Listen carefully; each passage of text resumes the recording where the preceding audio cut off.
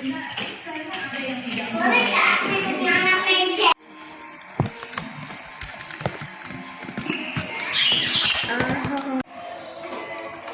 Ayah disuruh bikin video.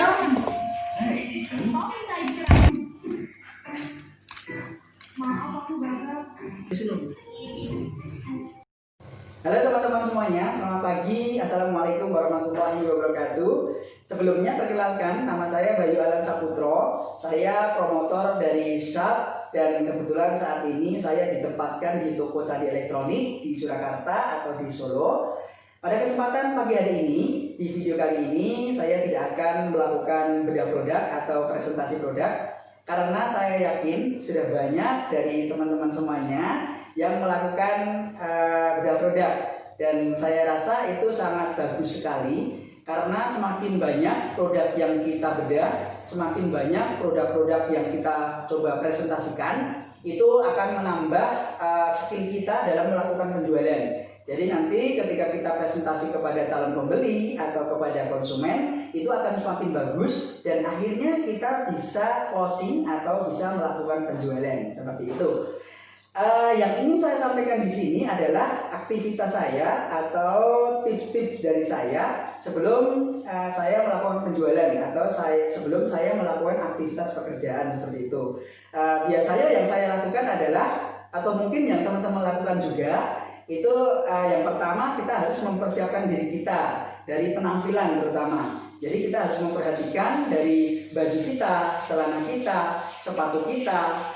Itu harus kita perhatikan, harus benar-benar rapi, dan jangan lupa kita juga harus menggunakan parfum supaya kita lebih wangi. Kemudian kita juga harus memperhatikan bau mulut kita supaya bau mulut kita lebih wangi, sehingga nanti ketika kita mempresentasikan produk kepada konsumen atau kita melayani konsumen, itu akan semakin percaya diri. Konsumen dekat dengan kita juga lebih nyaman, sehingga apa yang kita sampaikan bisa diterima dan akhirnya kita bisa melakukan closing penjualan seperti itu.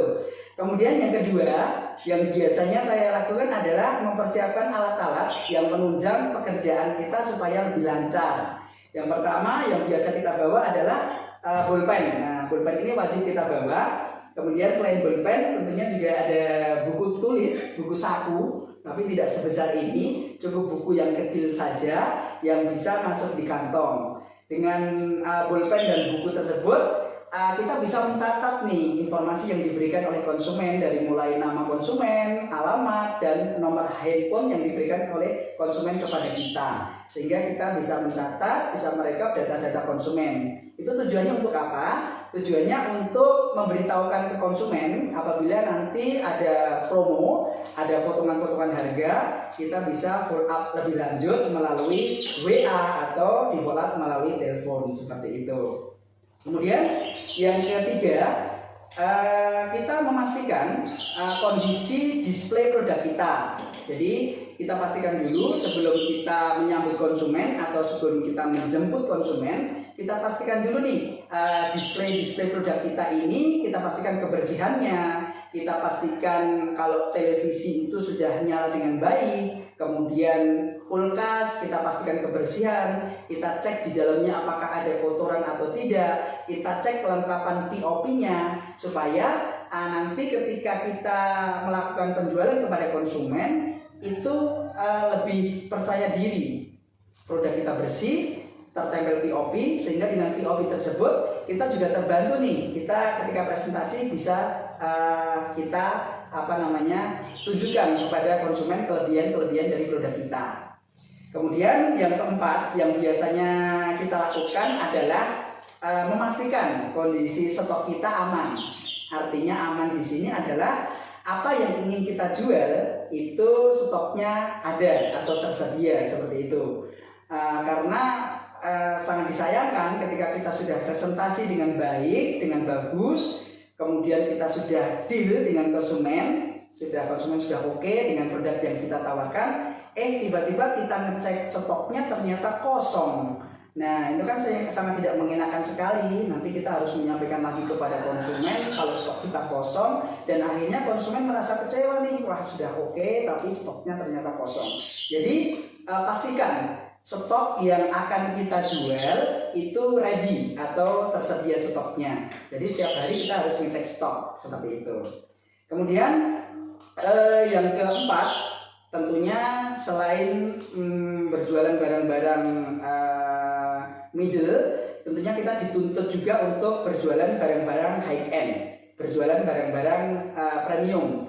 Nah, untuk berjualan barang-barang premium ini tentunya membutuhkan usaha lebih kepada konsumen, supaya konsumen benar-benar yakin nih apa yang akan kita jual.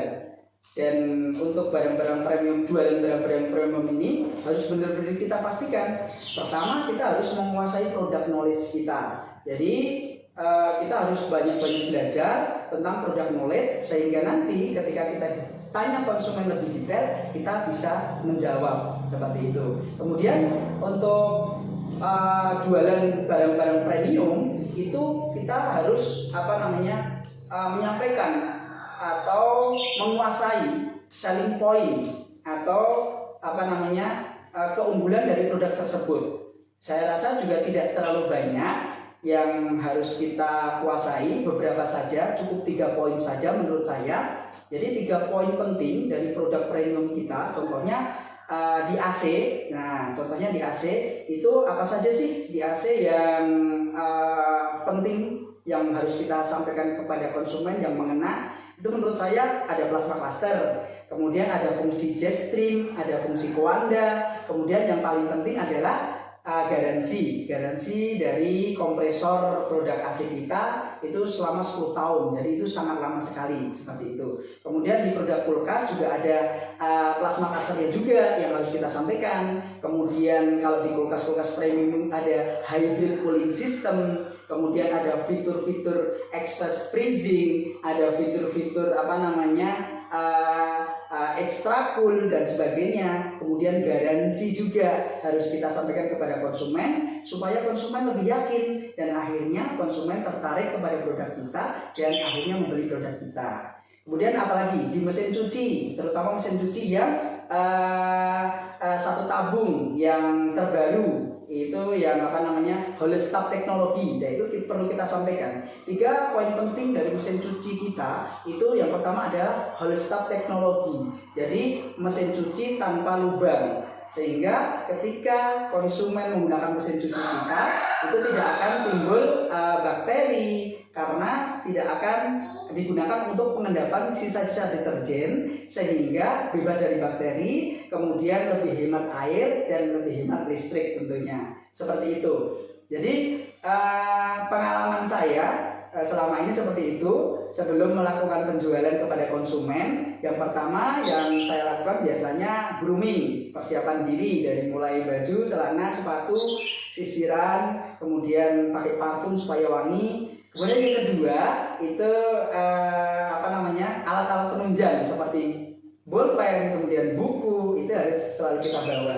Kemudian yang ketiga, kita persiapan untuk ngecek display kita, kondisi display kita sudah bagus, sudah bersih atau belum. Kemudian yang keempat, tentunya kita harus tahu stok kita. Jadi sebelum kita melakukan penjualan, kita harus pastikan dulu stok kita tersedia, seperti itu. Kemudian yang keempat adalah kita harus menguasai produk knowledge dan kita harus mengambil poin-poin penting dari produk-produk tersebut, sehingga bisa kita presentasikan kepada konsumen, bisa kita yakinkan kepada konsumen, sehingga konsumen tersebut bisa membeli produk kita. Seperti itu. Jadi itu yang bisa saya sampaikan teman-teman. Nanti kalau misalnya ada ilmu, ada tips-tips dari teman-teman, kita bisa saling sharing di sini. Cukup segitu yang bisa saya sampaikan. Terima kasih. Wassalamualaikum warahmatullahi wabarakatuh.